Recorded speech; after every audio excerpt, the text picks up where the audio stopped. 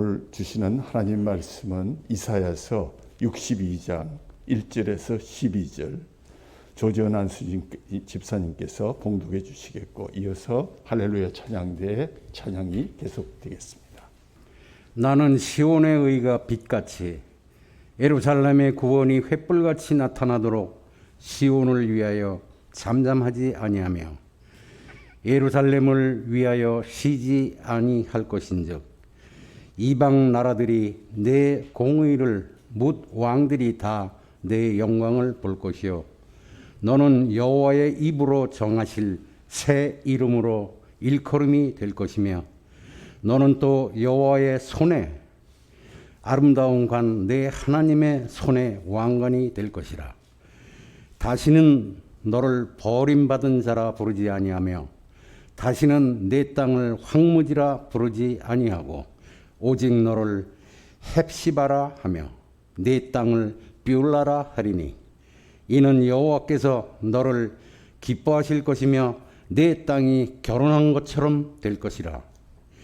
마치 청년이 처녀와 결혼함 같이 내 아들들이 너를 취하겠고 신랑이 신부를 기뻐함 같이 내 하나님이 너를 기뻐하시리라. 예루살렘이여, 내가 너의 성벽 위에 파수꾼을 세우고 그들로 하여금 주야로 계속 잠잠하지 않게 하였느니라. 너희 여호와로 기억하시게 하는 자들아, 너희는 쉬지 말며 또 여호와께서 예루살렘을 세워 세상에서 찬송을 받게 하시기까지 그로 쉬지 못하시게 하라.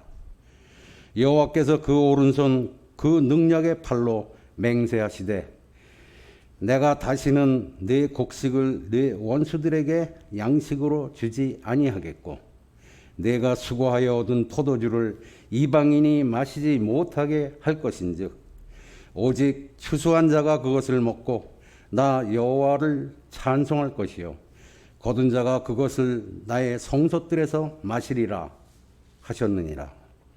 성문으로 나아가라. 백성이 올 길을 닦아라. 큰 길을 수축하라. 도를 제하라. 만민을 위하여 기치를 들라. 여호와께서 땅끝까지 선포하시되 너희는 딸 시온에게 이르라. 보라, 내 구원이 이르렀느니라.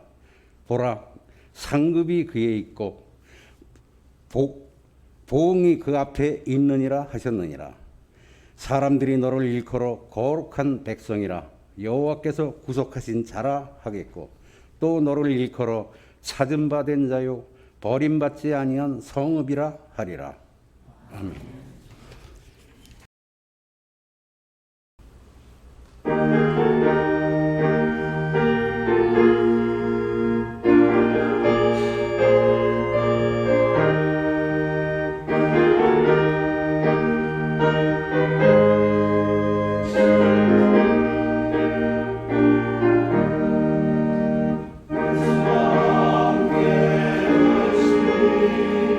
시온이여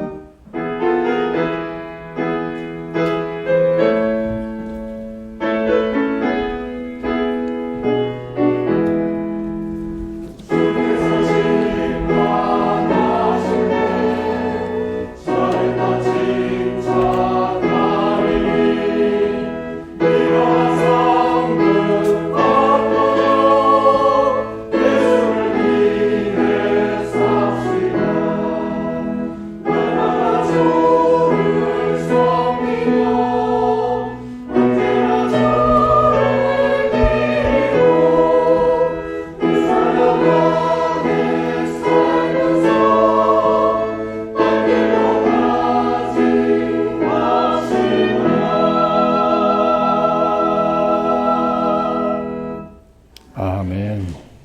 귀한 찬양 감사합니다. 언젠가 몇 년 된 것 같은데 우리 이장호 장로님과 담소를 나누는 중에 요즘 가슴에 와 닿는 단어가 무엇입니까? 라고 제가 물었더니 동행이라는 단어를 깊이 생각하고 있다라고 말씀하셨습니다. 예술을 하시는 분, 믿음의 깊이가 깊은 분의 생각이 다르구나. 동행이라는 단어. 그래서 그날 이후로 이 단어를 깊이 묵상했던 적이 있습니다. 오늘은 송경민 작사 작곡의 동행이라는 곡을 해금으로 연주한 곡이 있어서 앞소절만 잠시 감상을 하고 말씀을 이어가고자 합니다. 주가서는 주보 1면을 참조 바랍니다.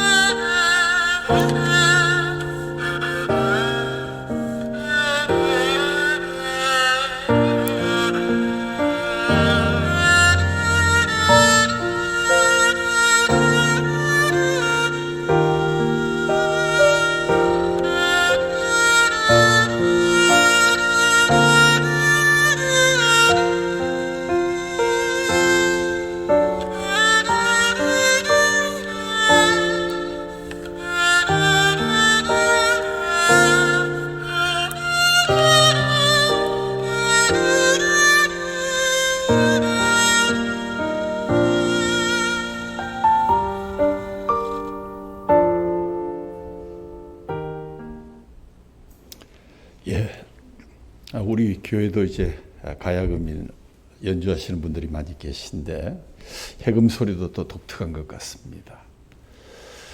제 나름대로 동행이 무엇일까 설교를 준비하면서 같은 방향을 보고 함께 걸어가는 것이다. 참 아름다운 단어구나 하는 생각을 하게 됐습니다. 우리는 신앙생활 하면서 하나님과 동행한다는 말을 자주 사용합니다. 기도문에도 자주 들어가고요. 또 하나님과 동행하는 것이 곧 신앙인의 복이다라고도 얘기를 합니다. 그러나 오늘날 많은 성도들이 이 동행이란 말의 의미를 너무 가볍게, 너무 쉽게 사용하는 것은 아닌가 하는 그런 생각을 해보게 됩니다. 왜냐하면 성경에서 신구약을 통틀어서 하나님과 동행한 사람 누구일까? 소개된 사람에는 에녹과 노아 이 두 사람밖에 없습니다.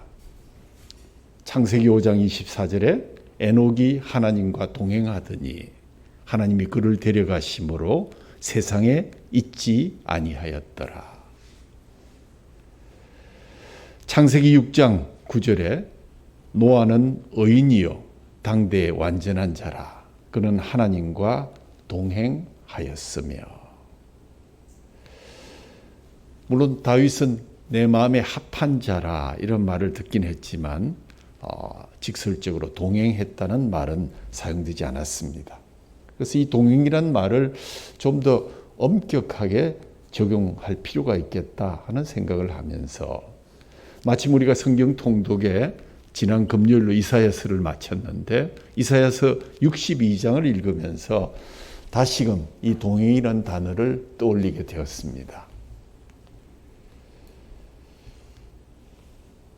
동행하면 또 유행가, 소위 말하는 우리 유행 가요 중에 최성수의 동행이라는 노래를 아마 여러분들 기억하실 겁니다.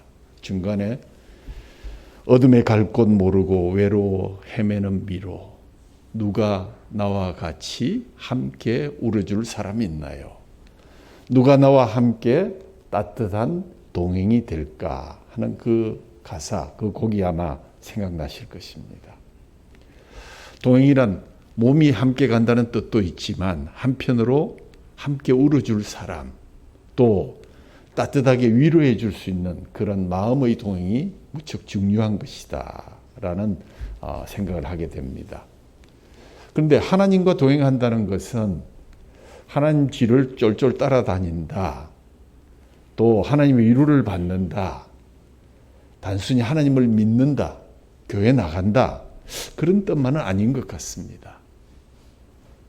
하루 종일 하나님을 묵상하면서 찬송가를 듣는다고 내가 하나님과 동행하는 것일까? 그런 뜻은 아닐 것 같습니다. 동행이란 말은 이보다 훨씬 더 강한 뜻을 가지고 있습니다. 특별히 하나님과의 동행. 이것은 세상에서 하나님의 뜻대로 살아가려고 하는 몸부림이다. 그냥 몸부림이 아니라 치열한 몸부림이다. 어쩌면 처절한 몸부림이다 라고까지 해야 될 것 같습니다. 히브리서 12장 4절에 너희가 죄와 싸우되 아직 피 흘리기까지는 대항하지 아니하고. 무슨 말입니까? 우리들의 신앙생활이 어떠합니까? 신앙생활이 힘을 쓴다고 하고 있지만 결코 자기가 양보할 수 없는 선을 그어놓고 더 이상 손해보지 않고 희생하지 않으면서 또 피 흘리면서까지 신앙생활을 하려고 하고 있지 않다는 것을 우리에게 지적한 말씀입니다. 자신이 정해놓은 한계선 이상은 절대로 넘어서지를 않습니다. 순종하며 따른다고 하지만 냉철한 자기 계산을 깔고 있습니다. 동행이라고 하기에는 너무나 계산적입니다.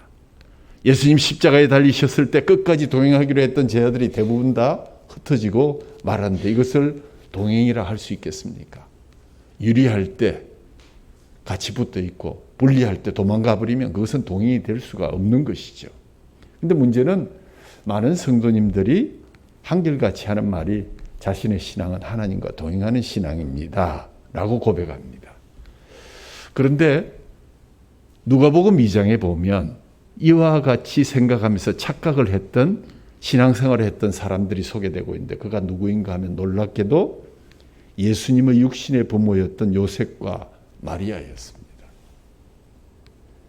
누가복음 2장 44절에 동행 중에 있는 줄로 생각하고 하루 길을 간 후 친족과 아는 자 중에서 찾되. 무슨 말입니까? 예수님이 12살 되던 해에 예루살렘의 유월절을 지키러 올라갔다가 내려오는 길에 어린 예수를 잃어버리고 고향으로 가게 되었습니다. 유월절에 받은 은혜에 취했는지 몰라도 하룻길을 내려가는 동안 그들이 어떤 생각을 했을까요? 예수가 그들과 동행하고 있는 줄로 생각했다고 성경은 기록합니다. 그런데 실제로 동행하지 않았습니다. 예수님은 그곳에 없었습니다. 그래서 뒤늦게 발견하고 예수님을 찾으러 가는 그러한 큰 사건이 일어났던 것을 우리는 알고 있습니다. 나중에 그들이 예수와 함께 동행하지 않고 있다는 사실을 발견한 뒤 다시 예수님을 찾으면서 수소문해서 예루살렘까지 다시 올라간 일이 얼마나 걸렸는가? 사흘 길이었다. 사랑하는 성도 여러분, 이것이 무엇을 교훈하는 것입니까? 우리 신앙생활에서 한번 예수를 잃어버리면 동행하고 있는 줄로 착각하고 지내다 보면 잃어버린 예수를 다시 찾는데 3배, 4배의 시간이 걸린다. 회복되는데 엄청난 시간이 소요된다는 것을 우리는 알 수가 있습니다. 우리는 지금 예수님과 동행하고 있는가? 하나님과 동행하고 있는가? 이것을 자주 묻고 살펴보아야 하는 이유이기도 합니다. 하나님의 뜻대로 살고 있는지, 예수님의 뜻대로 살고 있는지를 수시로 묻고 치열하게 그 길을 따르도록, 회복하도록 몸부림치는 것이 바로 동행의 과정인 것입니다. 요셉과 마리아가 성전에서 예수를 다시 찾았을 때 예수님 뭐라 하셨습니까? 어찌하여 나를 찾으십니까? 내가 아버지의 집에 있어야 될 줄 알지 못하셨습니까? 예수님 그때 어디 계셨다고요? 아버지의 집에 있었다. 이 말씀을 하신 이유가 무엇이었을까요?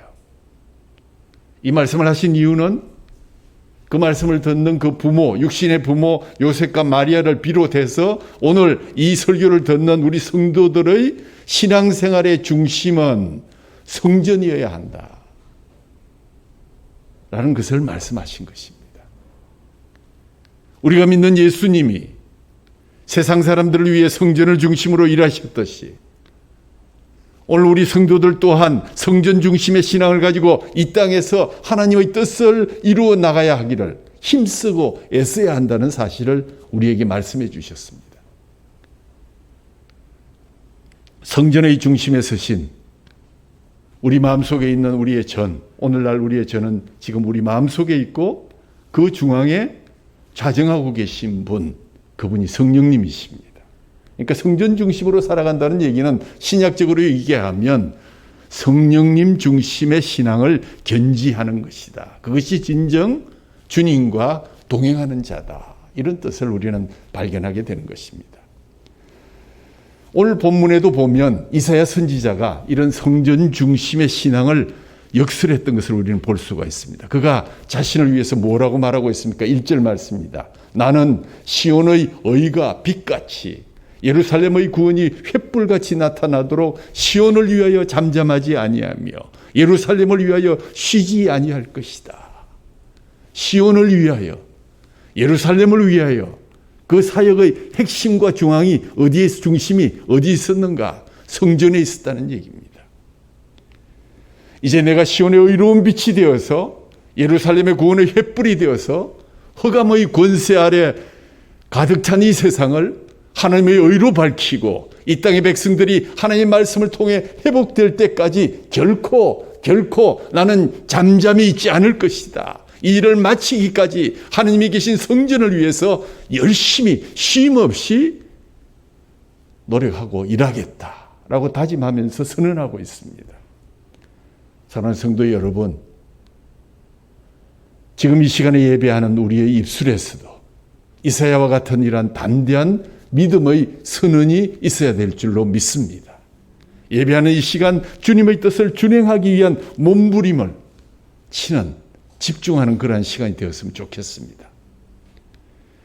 이렇게 이사야와 같이 성전 중심의 신앙으로 우리 가운데 거하시는 바로 성령님의 뜻을 준행하며 복음의 전파를 위해서 쉼 없이 달려갈 때 하나님께서 여러분을 높이시고 또 여러분을 통해서 그 민족을 새롭게 일으켜 가실 줄로 믿게 되는 것입니다. 오늘 11절, 12절 결론 말씀에서 뭐라 그런가 하면 사람들이 이렇게 할 때 너를 일컬어서 거룩한 백성이라. 여호와께서 구속하신 자라. 또 너를 일으켜 찾은바된 자요 버림받지 아니한 성읍이라 할 것이다. 성전의 중심에 계신 성령님 중심의 신앙을 견지하는 자가 진정 주님과 동행하는 자입니다. 그럴 사람들은 거룩한 백성이요 여호와께서 구속하신 자요 세상에 하나님의 뜻을 쫓아 살기를 몸부림치는 당신은 이제 더 이상 버림받은 자가 아니요 찾은 바 된 자다라고 말하고 있는 것입니다. 이사야 선지자는 이와 같이 하나님과 동행하는 이스라엘 백성들에게 주어질 하나님의 축복에 대해서 다음과 같은 비밀을 우리에게 가르쳐 줍니다. 그 비밀은 바로 새 이름의 축복입니다. 어린이들 동요 중에 이런 노래가 있죠. 당신은 누구십니까? 나는 누구 그 이름 아름답구나. 오늘 2절 말씀 보십시오.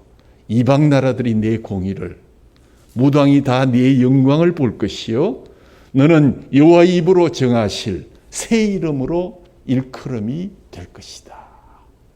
하나님이 이스라엘 백성에게 주시는 그 축복은 그들에게 새 이름을 주신다는 것입니다.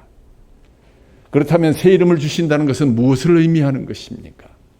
하나님께 구별되어 인정받았고 하나님께서 그들에게 특별한 권능을 주신다는 그런 두 가지 의미를 갖고 있습니다. 그래서 구약에 보면 아브라함이 아브라함으로, 야곱이 이스라엘로, 시몬이 베드로로, 사울이 바울로 바뀌는 그러한 예를 보게 됩니다. 하나님이 새로 주신 이 이름을 통해서 전 세계 모든 민족에게 복음이 전파되고 그들이 가는 곳곳에서 하나님의 능력과 축복의 역사가 나타났던 것을 우리는 바라보게 되는 것입니다. 새로운 이름을 통한 능력의 역사, 새로운 이름을 통한 축복의 역사. 3절 말씀에 너는 또 여호와의 손에 아름다운 관, 내 하나님의 손의 왕관이 될 것이라. 하나님이 내게 새 이름을 주실 때 나는 하나님과 같은 세상을 다스리는 통치권을 부여받게 된다는 것입니다. 그래서 베드로는 성도들을 향해서 너희는 왕 같은 제사장이다 라고 말한 바가 있습니다.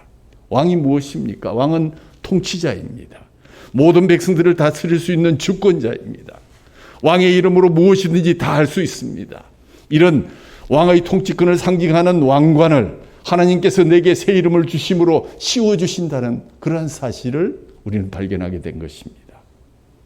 그래서 우리가 이 땅에서 무엇을 구하면 하나님이 다 들어주시고 또 이 땅에서 누구에게든지 우리가 축복을 선포하면 그 선포가 그대로 이루어지는 역사가 나타나게 되는 것입니다.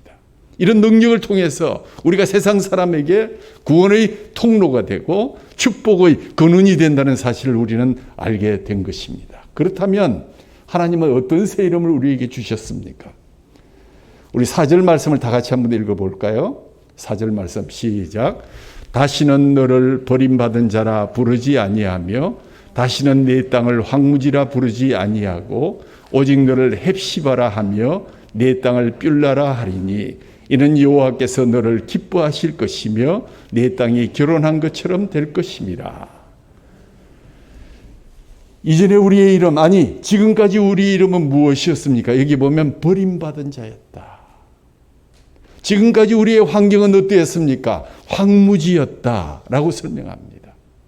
그러나 이제는 버림받은 자라 부르지 아니할 것이고 헵시바라 부를 것이며 이제는 황무지라고 부르지 아니하고 뷸라라고 할 것이다.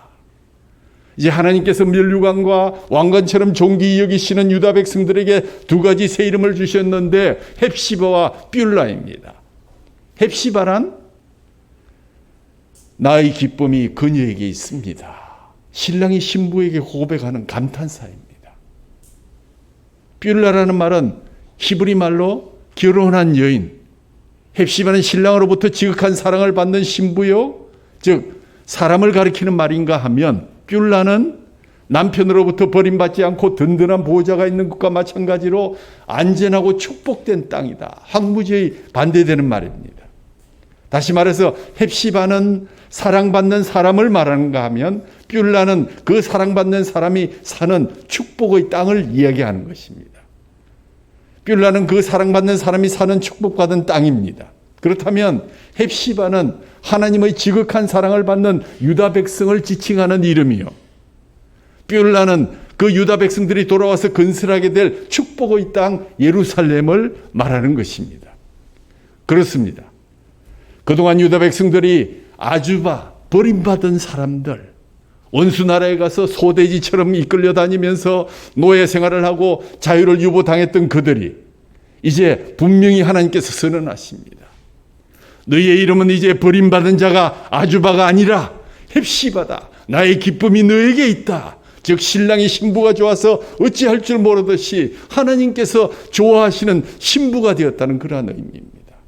그랬습니다. 유다 백성들이 돌아온 예루살렘의 땅은 쉐마마, 즉 남편으로부터 버림받은 여인과도 같은 아무도 돌보지 않는 황무지였지만 이제 이 황무지의 땅을 하나님께서 뷸라, 결혼해서 남편이 보호해주는 축복받은 땅, 회복의 땅 예루살렘으로 변화시켜 주시겠다는 것입니다. 그렇습니다. 오늘 우리는 더 이상 버림받은 자가 아니요, 더 이상 황무지에서 살아가는 자들이 아닙니다. 헵시바, 신랑이 신부를 사랑하듯이 하나님께서 사랑하시는 신부처럼 우리는 변했습니다. 여러분이 머물러 사는 땅은 더 이상 남편으로부터 버림받은 황무지가 아니라 축복의 땅 예루살렘이 되었습니다. 뷸라, 남편의 사랑을 듬뿍 받고 든든한 신랑이 지켜주는 결혼한 여인처럼 행복한 땅에서 살게 되었다는 것입니다. 그러고 보면 헵시바와 뷸라라는 두 이름이 정리가 되죠. 헵시바는 축복받은 땅이, 헵시바가 사는 축복받은 땅이 뷸라요, 뷸라에서 사는 행복한 사람이 헵시바입니다. 중요한 것은 여러분이 바로 하나님의 헵시바라는 사실입니다. 하나님은 여러분을 볼 때마다 스바냐서 3장 17절 말씀을 그대로 지키시는 분입니다. 너의 하나님 여호와가 너의 가운데 계시니 그는 구원을 베푸실 전능자이시라. 그가 너로 말미암아 기쁨을 이기지 못하시며 너를 잠잠히 사랑하시며 너로 말미암아 즐거이 부르며 기뻐하시리라 하리라. 하나님이 여러분을 사랑해서 그 기쁨을 이기지 못하고 구원을 베푸시며 잠잠히 사랑하신다는 그 말이 오늘 이 헵시바라는 이름으로, 또 뷸라에서 사는 헵시바라는 그 이름으로 이루어지게 된 것입니다. 여러분에게 축복의 땅 뷸라는 어디입니까? 바라기는 여기 길 공동체가 함께 여러분의 뷸라가 되기를 간절히 소원합니다. 여러분의 가정이, 여러분의 직장이, 여러분의 사업장이, 여러분의 공부하는 터전이 뷸라가 되기를 원합니다. 이 나라 대한민국이 하나님의 뷸라가 되기를 원해서 우리는 기도했습니다. 하나님의 사랑받는 신부 헵시바가 사는 땅이 축복의 땅 뷸라요, 하나님의 든든한 신랑이 되셔서 보호하시고 축복하는 기름진 땅 뷸라에 사는 거룩한 백성이 헵시바인데 그 이름을 우리에게 주신다는 것입니다. 나아가서 9절에 보면 오직 주수한 자가 그것을 먹고 나 여호와를 찬송할 것이요 거둔 자가 그것을 나의 성소 뜰에서 마시리라 하셨느니라. 우리가 이 세상 살아가면 열심히 일하면 먹고 사는 것이 당연한 것으로 생각하지만 그렇지 않습니다. 눈물로 씨를 뿌려도 거둘 수 없을 수도 있습니다. 빼앗길 수도 있습니다. 그러나 주수한 대로 풍성하게 거둘 것이요 그 거둔 것을 먹고 마시는 것을 나의 성소의 뜰에서 너희들이 마시게 될 것이다. 더 이상의 행복이 어디 있겠습니까? 성전 중심으로 예배하고 기도하고 헌신하는 성도들에게 주시는 축복을 이야기하는 것입니다. 그저 내가 마음으로만 생각하고 소망한다고 해서 얻어지는 축복이 아니라 우리 속에 세워진 하나님의 정 가운데 계시는 성령 하나님의 뜻을 따라 치열하게 몸부림치는 동행의 삶을 살아냄으로써 하나님과 동행하며 하나님이 주시는 복을 누리시게 된다는 사실을 믿으시기 바랍니다. 우리는 뷸라에 사는 헵시바입니다. 예루살렘에 사는 시온성입니다. 그런데 여러분에게 더 소중한 이름이 준비되어 있다는 사실을 여러분 알고 계십니까? 빌립보서 3장 20절 오직 우리의 시민권은 하늘에 있는지라 거기로부터 구원하는 자 곧 주 예수 그리스도를 기다리노니. 그렇습니다. 우리가 비록 이 땅에 살고 있어도 우리의 시민권은 하늘에 있습니다. 그러므로 이제부터 너희가 외인도 아니요 손도 아니요 오직 성도들과 동일한 시민이요 하나님의 권속이라. 우리는 거룩한 나라의 백성입니다. 우리는 그리스도와 동행하는 그리스도인이라는 새로운 영광의 이름을 받았습니다. 그리스도인이라는 원래의 뜻이 그리스도를 따르는 사람, 그리스도에게 속한 사람, 그리스도와 동행하는 사람들이라는 말로 씌어졌습니다. 예수님 말씀하셨습니다. 너희가 나를 택한 것이 아니요 내가 너희를 택하여 세웠나니 이는 너희로 가서 과실을 맺게 하고 또 너희 과실이 항상 있게 하여 내 이름으로 아버지께 무엇을 구하든지 다 받게 하려 함이니라. 여러분이 하나님을 찾은 것이 아니라 마치 길을 잃은 양이 갈 길을 알지 못하고 두려워 떨고 있을 때 목자가 그 양을 찾아온 것처럼 하나님께서 여러분을 찾으시고 새 이름을 주시고 하나님의 백성으로 삼으신 줄 믿으시기 바랍니다. 뷸라에 사는 헵시바여, 그대 이름은 천국 시민이요 그대 이름은 영광스러운 그리스도인이여라. 뷸라에 사는 헵시바이며 하나님과 동행하는 그리스도인이 해야 될 일이 무엇일까? 애굽에서의 귀환이 첫째 출애굽이었다면, 그리고 바벨론에서 긴 포로 생활을 마치고 돌아왔던 것이 두 번째 출애굽이었다면, 우리에게 세 번째의 출애굽이 있습니다.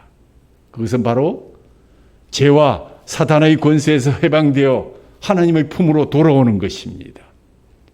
바울이 말했습니다. 하나님께 감사하리로다. 너희가 본래 죄의 종이더니 너희에게 전하여 준 바 교훈의 본을 마음으로 순종하여 죄에게서 해방되어 의에게 종이 되었느니라. 로마서 6장 16절 17절 말씀입니다. 예수님은 우리를 죄에서 해방시켜 하나님의 앞으로 인도하기 위해서 이 땅에 오셨습니다. 그러나 많은 사람들이 그를 영접하지 않았습니다. 주님을 따르지 않았습니다. 예수님을 맞이할 준비가 되어 있지 않았기 때문입니다. 예수님보다 6개월 먼저 세례 요한이 와서 회개의 세례를 베풀면서 회개하라, 천국이 가까이 왔느니라고 외쳤습니다.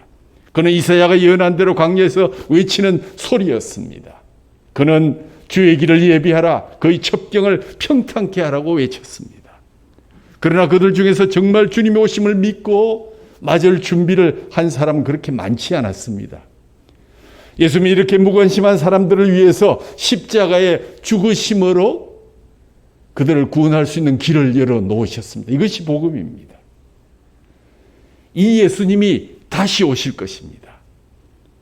새하늘과 새 땅을 가지고 이 땅에 오면 그것은 제3출애굽의 완성이 될 것입니다. 옛날에는 구원을 베풀기 위해서 오신 평화의 왕이셨지만 앞으로 오실 주님은 심판을 베풀기 위해서 오실 의의 왕이십니다. 이제 우리는 그분이 오시는 길을 예비해야 합니다. 오늘 10절 말씀에 성문으로 나아가라, 백성의 길을 예비하라, 대로를 수축하라, 돌을 제하라, 만민을 위하여 기치를 들라. 성문으로 나아가라, 성전으로, 교회로 나아가라. 그러면서 성전으로 나아간 우리가 해야 될 일이 무엇인가? 백성들이 올 길을 닦고 거기에 구원받은 백성들이 오면 그 길로 다시 새하늘과 새 땅이 우리에게 오게 될 것이다. 우리 주변의 이웃들이 우리 교회로 몰려올 수 있도록 또 우리의 큰 길을 닦고 그 길을 통해서 하나님 예수 그리스도께서 재림하시는 그 길을 평탄케 하라는 것이 그리스도인 헵시바 뷸라에게 주는 이사야 선지자의 군면입니다. 그래서 11절 말씀에 보라, 내 구원이 임하였느니라. 보라, 상급이 그에게 있고 보응이 그 앞에 있느니라. 예수님을 영접하는 사람에게는 구원이 있지만 영접하지 않은 사람에게는 멸망밖에 없습니다. 성전 중심의 신앙을 가지고 하나님과 동행하면서 열심히 신앙생활하는 성도들에게 마지막 주시는 말씀이 무엇이었습니까?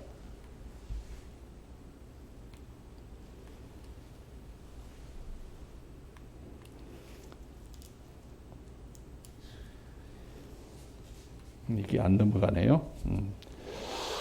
예수님과 동행하면서 성령 중심의 신앙생활로 사람들이 너를 일컬어 거룩한 백성이라, 여호와께서 구속하신 자라 하겠고 또 너를 일컬어 찾은바된 자요 버림받지 아니한 성읍이라 하리라. 그렇습니다.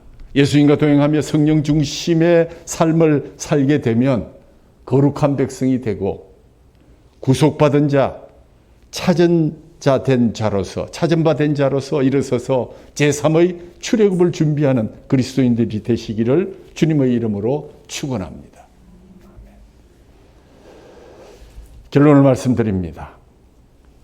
뷸라에 사는 헵시바, 예루살렘 성지에 살고 있는 아름다운 주의 백성들이여, 그대의 새 이름은 천국의 시민인 그리스도인이다. 하나님이 시온을 버리지 아니하시고 오히려 사랑받는 신부를 맞이하는 신랑처럼 기뻐 찾으시는 백성으로 맞아주십니다. 복된 소망을 주신 하나님의 약속은 하나님의 손에 아름다운 면류관이 되게 하십니다. 하나님은 하나님의 손에 아름다운 면류관이 되게 하실 뿐만 아니라 하나님의 손에 있는 왕관도 되게 해주신다고 하셨습니다. 그리고 하나님께서는 뷸라의 헵시바라 일컬어지는 사람들을 기뻐하고 사랑하셔서 마침내 천국 백성으로 맞으시며 그리스도인이라는 영광의 새 이름을 주셨습니다. 클레멘트라는 분이 이런 말을 했습니다. 하나님이 어디에나 계심을 확신하는 이들에게 삶은 축제이다. 이 말은 하나님과 동행하는 자들에게 삶은 축제라고 번역될 수 있을 것 같습니다. 마찬가지로 자기가 하나님의 손안에 있는 하나님의 면류관이요 하나님의 왕관임을 확신한 사람들에게 삶은 축제 중의 축제가 될 것입니다. 사랑하는 여러분, 나의 사랑 내 어여쁜 자야 일어나서 함께 가자 하시는 하나님의 초청을 감사와 감격으로 받으시고 그 동행의 여정에 함께하는 주님을 바라보시기를 바랍니다.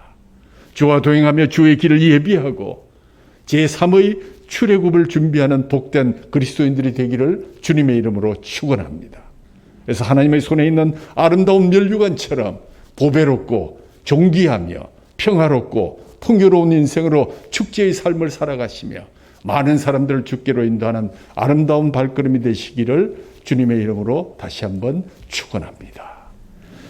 하나님 아버지 감사합니다.